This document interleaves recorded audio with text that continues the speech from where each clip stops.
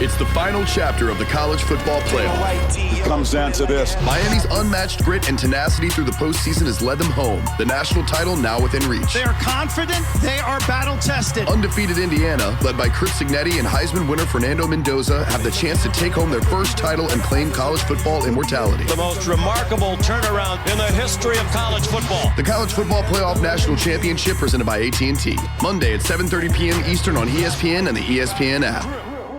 As a contractor, I don't pay for materials I don't use. So why would I pay for stuff I don't need in my mobile plan? That's why my Biz plan from Verizon Business is so perfect. Now I can choose exactly what I want, and I only pay for what I need. Right now, with my Biz plan, get our best price, as low as $25 a line. Visit Verizon.com/business to get started today. New lines only. Price per month with 5+ lines. Includes auto pay and paper-free billing and promotional discounts. Taxes, fees, economic adjustment charge. Applicable add-ons, prices, and terms apply. Guarantee applies to base monthly rate and stated discounts only. Add-on prices additional. Offers in March 31st, 2026. I had that dream again. My small business needs to hire, but I don't use LinkedIn, and I hire wrong. So our orders get all backed up. We're drowning in paperwork, then actually drowning, careless fighting off sharks with a stapler, and pirates are pillaging the office copier, and then I wake up. Don't let hiring nightmares ruin your dreams. LinkedIn Jobs' new AI assistant goes beyond the resume, using unique insights to deliver a smarter shortlist. Post your job for free at linkedin.com/quality. Start hiring today with LinkedIn.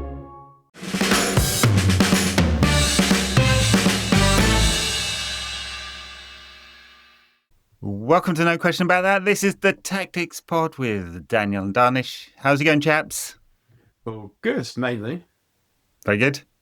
I got ill at Radiohead. And I know it was a Radiohead because the mate I went with also got ill. Which would have been okay, except it was my daughter's bar mitzvah this weekend. No. Where it was so about Thursday, I'm like, okay, if I'm this ill, I can do it. Much more ill will be a problem, but actually it was cool. It was awesome. And in my speech on Saturday night, I said I was handed, it's just a list of thanks, really. And obviously my first thanks was to the famous Man United. And I thanked them for not playing, so not cunting up our weekend. But here we are. Here we are with a victory as well. Very good. All right. Well, we're going to talk a little bit about United's approach in 2-1 win at Crystal Palace. It was, I think, 0.2 something XG from open play. So pluses and minuses in this one. It's December. Messy games happen. That's a plus. It's still a plus. Yeah, we also have +1 goal difference as well. So, yeah, we'll talk a little bit about the first half, the lineup, where it went wrong, changes at half time, and the role of Xerxes, Mount, and Bumo. Especially, we saw Lisandro Martinez come on for 15 minutes or so at the end of the game. What does that mean for our defence going forward?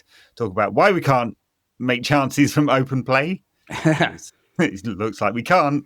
And then talk about set pieces, because we're actually the second most successful side in the Premier League behind Arsenal, I think. It's joint. It's joint for, we're joint. You're right, it is.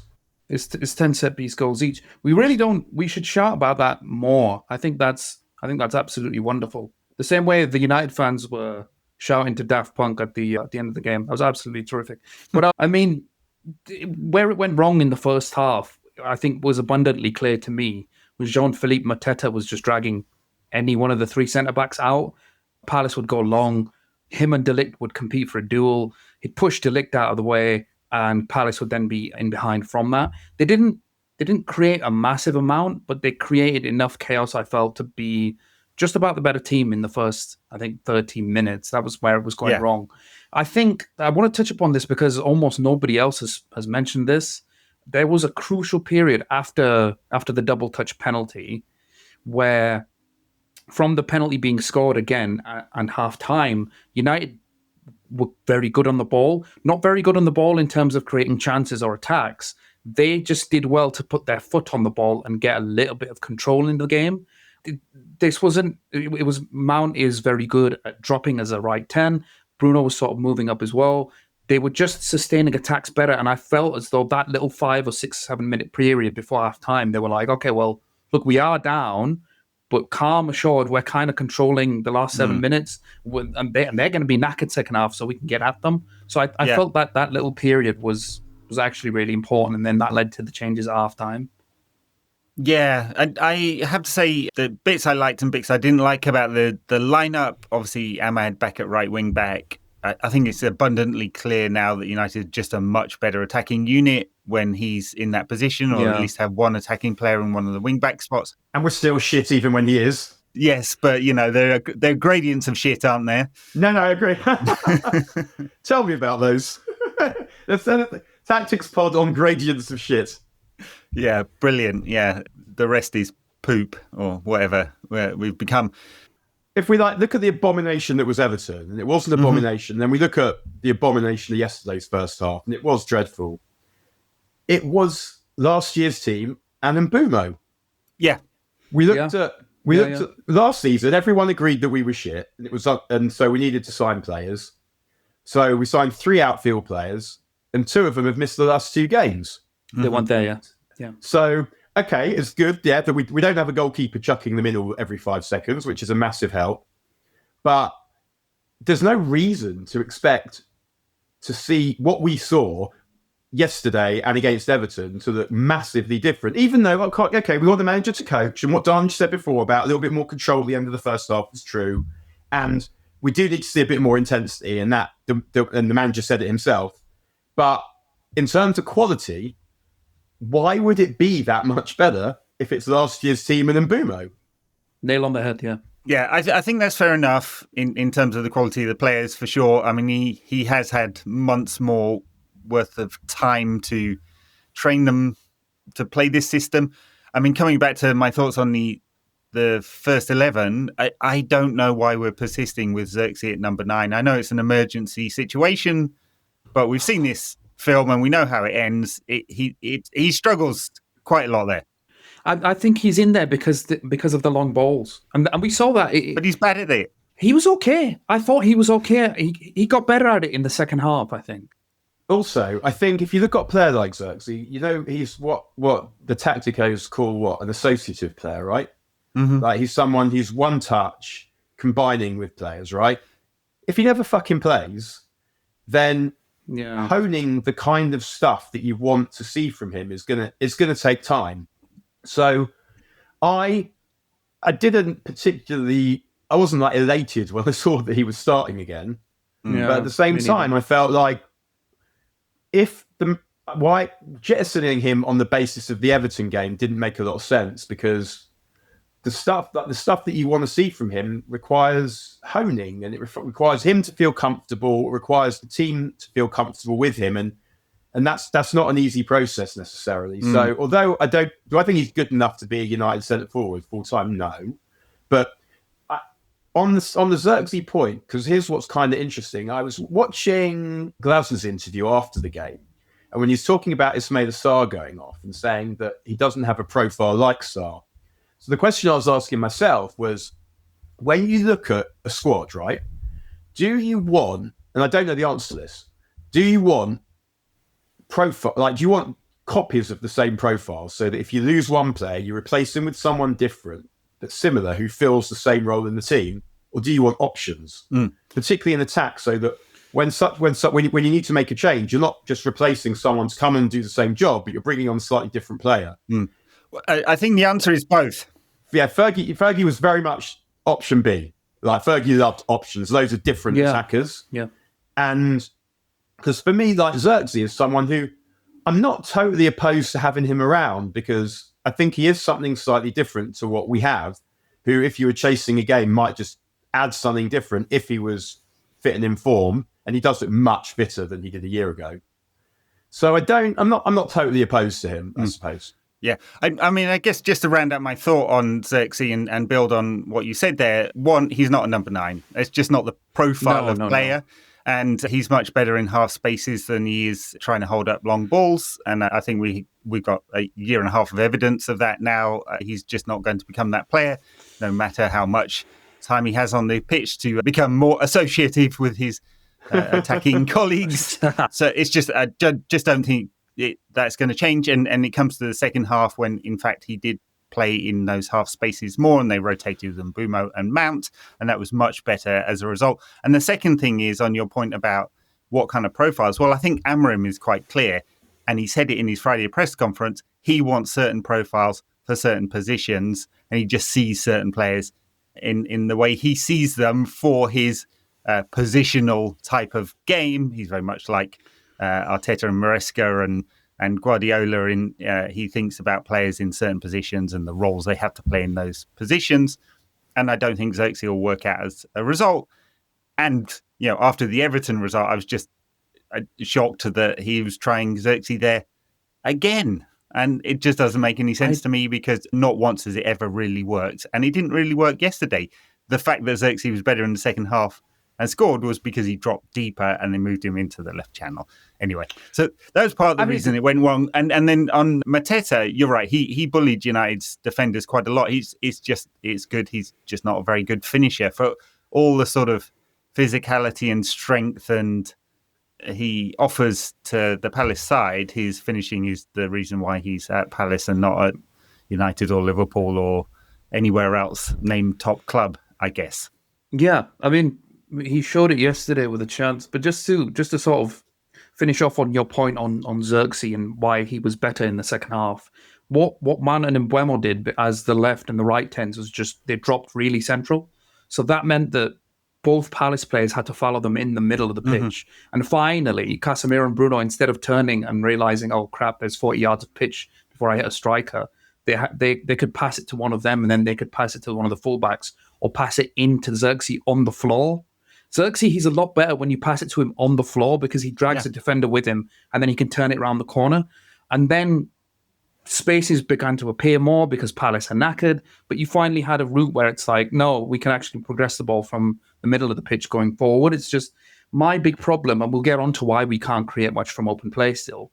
The big problem I have with this is when you watch these moves happen, in one screenshot, you can see almost all of the midfield and the striker really close to the ball. They all trying to look to get it into feet, and it's like, if you're going to do that, I want both fullbacks to run in behind, or at least I want some fucker to run in behind, because I'm just watching all five of them come really deep. And I get that that's exactly what they're supposed to do in this system, because the left 10 and the right 10, they're supposed to drag the defenders with them. Then you're meant to bang it into them. The problem is there's just nobody running off them now.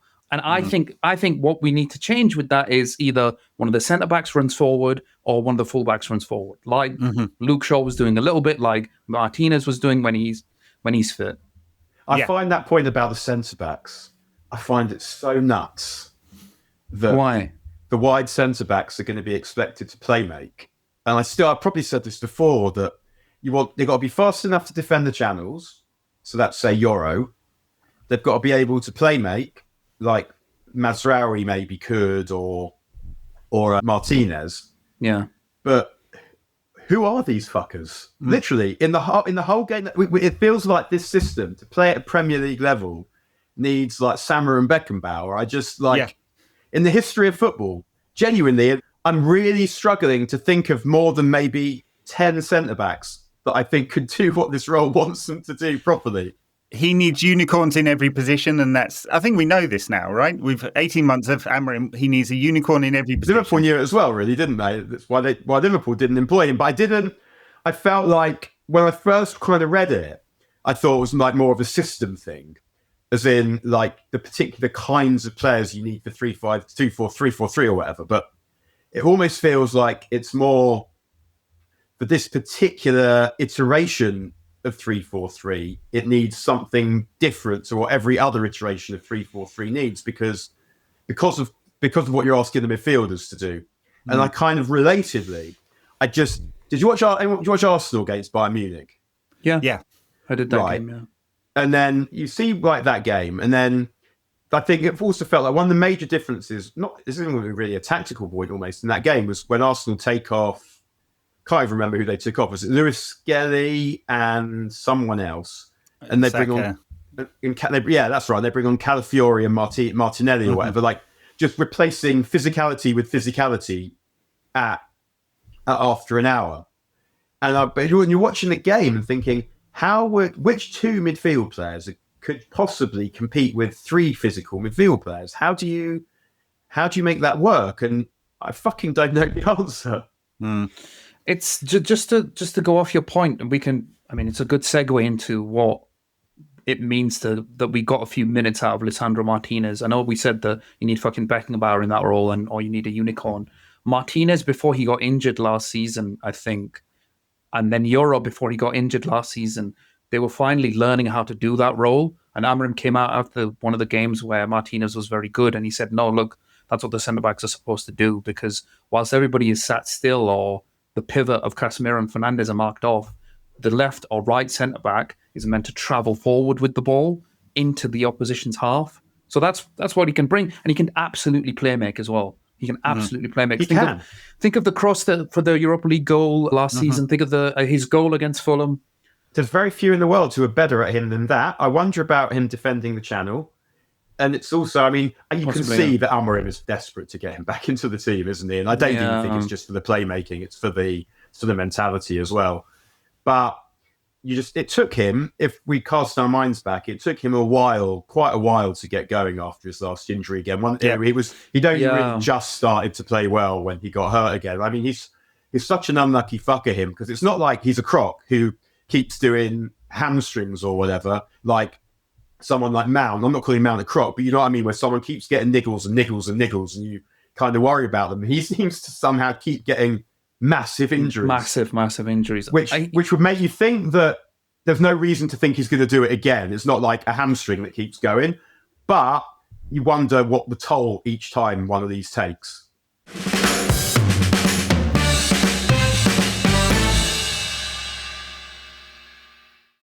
Good morning, Crust. It's a great day to be a bread brother. Ugh, mornings are not my jam. Or jelly. Oh, come on. Stop loafing around. I just woke up feeling hollow inside. Psst, just grab one of the new Morning Uncrustables sandwiches, like Bright-Eyed Berry or Up and Apple, filled with 12 grams of protein and tons of deliciousness.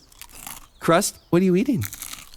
It's just granola, not even yogurt. No crust, no fuss. Uncrust your mornings.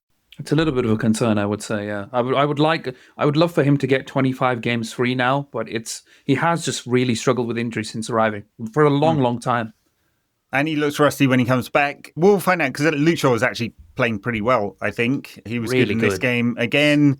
He's the exact profile that Amorim wants. He's quite comfortable bringing the ball out. He finds good passing lanes, whether it's inside or into the channels. He could do with someone on the outside of him who's not completely useless. Unfortunately, we have two variants of that with Patrick Dorgu, who gets in great positions, carries the ball really well, and then can't deliver anything. His data, by the way, I think I might have said it on the pod. If you look at this stuff he does well, ball carrying, elite, it's 95th percentile across all 7 top Euro leagues. Wow. Expected assists, threat, every attacking metric is in the bottom 20%. He's also, I think, the joint quickest measured top speed or something in the league as well, which doesn't look like that when he runs. He's not someone who looks like he's going that quick, but he's also really high for pace. Yeah, I think he's Jekyll and Hyde for sure in terms of his talent. And then Dalot played yesterday, who actually I think is pretty competent in build-up, right? He does sensible things with the ball, but just in the final third, obviously, from that position can't deliver anything at all. There was a moment yesterday where he just totally gets into a position and then doesn't have a clue what to do. So do we move Luke Shaw to the left wing back? It's a real thought, though, isn't it? Oh, well, no, I forgot that we were talking about that. Yeah. Martinez left wing back, Luke Shaw left full back. I don't have a problem with that. I don't think it helps Dalot or Dorku that Amorim's like, okay, you got 2 games. Oh, wait, you're crap again. Okay, now the other one. And then it's like, it's a vicious cycle. But yeah, it's so insane how bad Dalot is in attack. There was a couple of instances. There was a volleyed shot that almost went for a throw. There was a shot that he should have shot, but he passed it. But he was a lot better yesterday, I felt. He was better working with Mount on that side. It was a good combination. Yeah, it is. It's just a shame that the attack has to be sort of suspended every time he's in the final third because he has to cut inside. And not that it makes a difference if he's on the right because he can't deliver from the outside either. It's just it's all pretty good up until the final third. The discussion around getting Lisandro Martinez back in, I'm sure they'll build him up in terms of his fitness, and then there really will be a discussion about whether Luke Shaw is able to do that left wing back role or not. And I think that's the question: will he get crocked if he does have to run a lot, because history says that he probably will. But it gives United a lot of options, and we have got an amazing amount of options in defence now. And presumably Yoro will take a little bit of a rest after his difficult little spell, because Masraoui can slot in there fairly easily. And Amorim, I don't know whether you caught it in the Friday press conference, was really quite rude. And I don't know whether it was a second language thing about Dorgu and Dalot. Then again, like when the game was going on, I was like, yeah, okay, I kind of get it, because ever since coming, we had this system needs. It's all about wingbacks, right? You need expressive wingbacks who can take 2-3 men on, and he has Amad Diallo, and that's it, really. It's not. Diallo's been bad and Doku's been bad, so it was harsh, but I kind of get it. So the problem that I think we have is also, if you think about Yoro's best performances in terms of contributing to the attack came from left centre-back, because it gives them that inside channel to pass into. So we've got 3 players who want to play or can play that left centre-back role. And then on the right, I mean, you could play Masraoui there, but you lack that pace defending the channel. I also think he's not that good in attack, Masraoui. I don't know what's happened to him, but he was a lot better. I remember him being a very good crosser of the ball at Bayern Munich. He didn't seem to be doing that against Everton. Yeah. All right, so let's break this down. Why can't United create from open play at all? And we created almost nothing against Everton, nothing of a high quality, I should say. It was 25 shots or something like that against 10 men. And yesterday it is 1.19 XG, but that includes the set pieces, right? So it's almost nothing from open play at all in the entire game. We have a problem with this. It's very simple. It's very straightforward. The only reason they've scored goals and won games this season is because at Old Trafford, the press is really aggressive and they turn over the ball a lot. When Šeško is in the team, they play long balls. When Cunha and Mbeumo are in the team, they can take 3 or 4 men on. When you kind of get rid of even one of those 3 dynamics, they struggle, because teams do exactly what they did last season, and he still doesn't have an answer for it. If you play a back 5, or you can switch to a back 5 like Palace did, like Everton did, you mark you mark the left 10, you mark the right 10, you mark the pivots in the middle, and that's about it, because the wing backs, they're not going to go and fly in behind. That's it. He still doesn't have a solution to the problem that he had created last season. And all the managers know it, and they still set up in the same way. The solution, like I said, is wing-backs go. Or somebody make a run in behind. Stop getting it to feet, or you can't all come to feet. The problem we have is if the wing-backs make a run in behind, so fucking what with the wing-backs that we have? Well, that is true as well. It will be interesting to see whether United look at any moves in the transfer market this winter. I mean, we know they have not got a problem with PSR. They will definitely not have a problem under the squad cost ratio next season unless we go and spunk. Well, I think Jamie and I were trying to work it out. I think it'd have to be something like £700 million in the transfer market for us to have a problem. We haven't got any cash, so it will all be on the credit card. But would this be transformational to our season to get in an effective wing back on either side, really, this winter, or an alternate striker, or another midfielder? If you could do one deal, what would it be, and what would be the most transformational, given that we have this problem with creation, and it is going to hold United back? And yet the prize of a European place is there to see, because there are a lot of mediocre teams all around us, and I count us in that as well. Well, that's it, isn't it? You could finish kind of 14th, or you could finish 4th. Yeah, and it feels very narrow margins, and so perhaps solving one of these problems would help.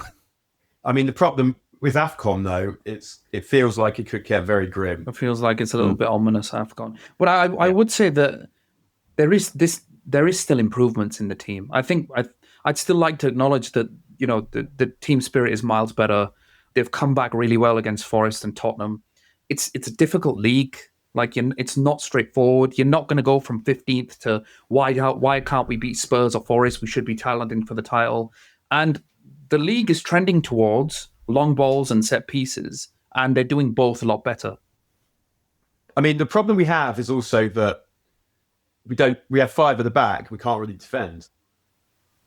we concede way too many goals. Yeah, it was much tighter yesterday, for sure.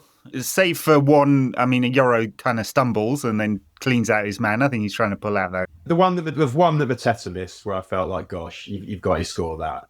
It was only, well, I guess it was only one, but it wasn't necessarily a performance. It felt like it was a result to build upon. And we did play better in the second half, but it wasn't one where you're like, right, like we're going now. And if you even look back, like, because when we beat Liverpool, we thought, okay then, but then every fucker's beaten them since then. And you kind of almost reevaluating that performance in the light of what's happened subsequently. But I think one thing is kind of clear, isn't it, as you say, that we need everyone available to be even proximate to acceptable. Cunha will be back, I'm sure, against West Ham. I'm going to tell you what happened to Cunha. So they're training before Everton, and they're doing like a full 11-a-side corners. And Cunha, I think, is defending the front post. Corner comes in, everyone's there. Amorim's there, the coaches are there. Amorim's taking a session. They've got doctors there. Corner comes in, Cunha heads it away. The doctors are like, we think he might be concussed. Amorim's like, Cunha, what the fuck are you cunts talking about? Well, the ball came in really hard. It's a fucking corner! So they test Cunha and go, yeah, you're concussed. You can't play in the next game, and touch and go for the one after that. And they basically signed Cunha off for 2 games because he headed away a corner. Because he headed the ball away. He headed away a corner in training. Well, in 40 years' time, when he's got CTE, he'll be like, yeah, look, they were right. That is an odd one for sure. Yeah, just heading the ball away. Surely the point would be that he didn't have CTE. Yeah, all right. Talking of corners, United have been much more effective from set pieces, so let's round this out. Why are we scoring goals from set pieces? Because I'm looking at it, and it's not like, when you watch Arsenal do it, they have some very special routines, and it's utter chaos, whoever are defending, right? And look at Bayern. They just couldn't. Bayern are not a good set piece defending side. And so the inevitability of Arsenal scoring from a corner, what you could have put, you could have got so much money out of betting on that. But why are we scoring goals? And we got 2 different ones yesterday. One was a very good ball from Bruno, spotting Xerxes peeling off at the back post. I don't know whether that was by design or just he spotted him, and a good finish. The second one was a very quick routine, taking advantage of Palace not being set. So was that just luck? Bruno. Or are we just doing something better from set pieces? No, it's Bruno. Neither of the 2 we scored yesterday are because we're a good set piece team. No. It's not like when Arsenal get a corner and everyone's shitting their pants as their Starkers come into the box. It's not that. What I enjoyed about the first one, the Xerxes one, was because one of the things I find extremely nauseating about Xerxes is he plays like someone that doesn't really want to score goals. Yeah. He's so fucking patient and trying to wait to administer the composed perfect finish. But it so happened in that occasion, that was the correct finish to apply. The problem with him is that sort of feels like the only speed he plays at is that really slow speed.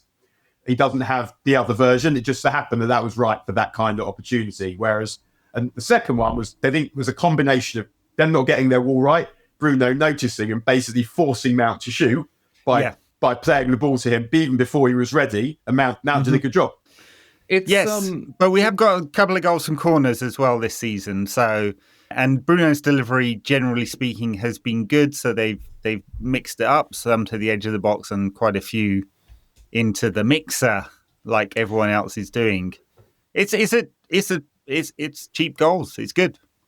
I don't see a problem with it. Last season as well, there was a point where I was getting really, really angry at Bruno Fernandes's corner taking, and then I don't know if you guys remember, but it really improved, I think, towards when we thought there was a genuine threat of relegation for Man United, which sounds insane to say. But his corner taking really improved then, and we scored loads of goals from set pieces last season towards the end. I remember a couple against Ipswich, one against Everton. But it has mainly just been on him. There's that. It's not a play necessarily, but it's a ball to the back post that they do, or a ball to the middle of the pitch, because Casemiro did it against Forest. De Ligt did it against Tottenham, and we scored against Fulham in the same way. It's mainly, to answer the question, is Bruno Fernandes, really. Yeah, it's always a dichotomy with the corners and the free kicks. Do you hit it in flat and hard, because that's where you're going to cause the most chaos? But in order to do that, you've really got to block the near man defender, the near post defender, haven't you? I'm not seeing a lot of that from United. Like if you watch Arsenal, they do take out the near post defender so they can hit both Rice and Saka, hit those flat corners in, which are obviously a lot more dangerous than the floated one. It would be interesting to see if they decide to try and disrupt the opposition defence at some point. Carlos Fernandes is the set piece coach these days. Because we don't really have those very many big guys. If you look at our centre backs, there's De Ligt or Dielit, as Darren Fletcher calls him. But it's not. Yeah, but Yoro's a big lad, but he's not that kind of aggressive type. No. Casemiro's really good in the air. Casemiro's insanely good in the air. So he's really, I was about to say, he's sort of almost the only one with Šeško's not in the team. He'd be the one I'd be really wanting to try. Yeah, I'd be arranging all like the decoys and whatever to try and get it onto Casemiro's head, really. Mm. But that's hard when he's not a massive guy. He's just good with his head. That's different to like a massive guy who's also good with his head. Mm. Yeah, it might be interesting to see what we do in the summer, because if Casemiro does leave, if he doesn't sign a new contract, that will be our best set piece, both defender and attacker, out of the side of the squad, and see whether they bring in a big guy in the summer or not. All right, I think that covers our agenda for the Tactics Pod this week. If you're listening on audio, you can also catch us on YouTube. I'm not putting the full pods up anymore. I'm cutting it up into segments because apparently that's what you have to do, because nobody can watch something for half an hour. You have to give them 10 minutes. Because we've all got ADHD, because our brains have been fucked by the internet. Shots fired. But that is an interesting image. What? Brains being fucked by the internet? Yeah. Well, it's metaphorical, Dan, not literal. Come on. Yeah, you got a dirty mind, Daniel. Deary me, yeah. Always bringing the tone down. Very highbrow previously. Yeah, absolutely. Dharnish, Daniel, thank you very much. Listeners, you can catch us on patreon.com/NQATpod or Apple Podcast subscriptions for our extra show. YouTube, all the usual apps if you're not there already. Bye now.